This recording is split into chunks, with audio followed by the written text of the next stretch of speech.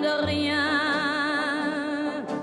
Non, je ne regrette rien. Non, rien de rien. Non, je ne regrette rien. Ja.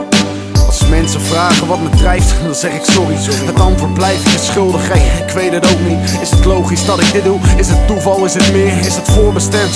Ze voelt het wel voor mij tenminste, dat anders kunnen lopen. Keuze genoeg, ja, misschien had ik de voetstappen van mijn broer me moeten volgen. Geen financiële zorgen, niet op geld hoeven wachten. Met diploma's op zak, mijn moeder vindt het prachtig. Het is het leven, generatie nooit tevreden. Ik zie dezelfde problemen bij de mensen om me heen.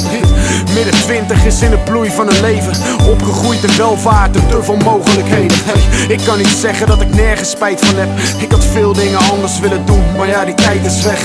Te veel terugkijken belemmert je zicht, gericht op wat er komen gaat, wat het ook mag zijn. Shit. Non, rien de rien. Hey, zing het voor, precies. Non, je ne regrette rien. How we doing in Pelican? Non, rien de rien.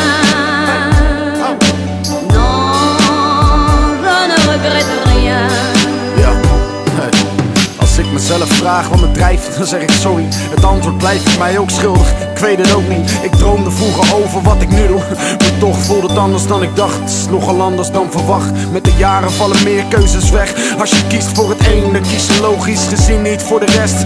Is een luxe probleem, ik geef het toe, maar toch voor de fok als je oude vrienden veel te weinig spreekt.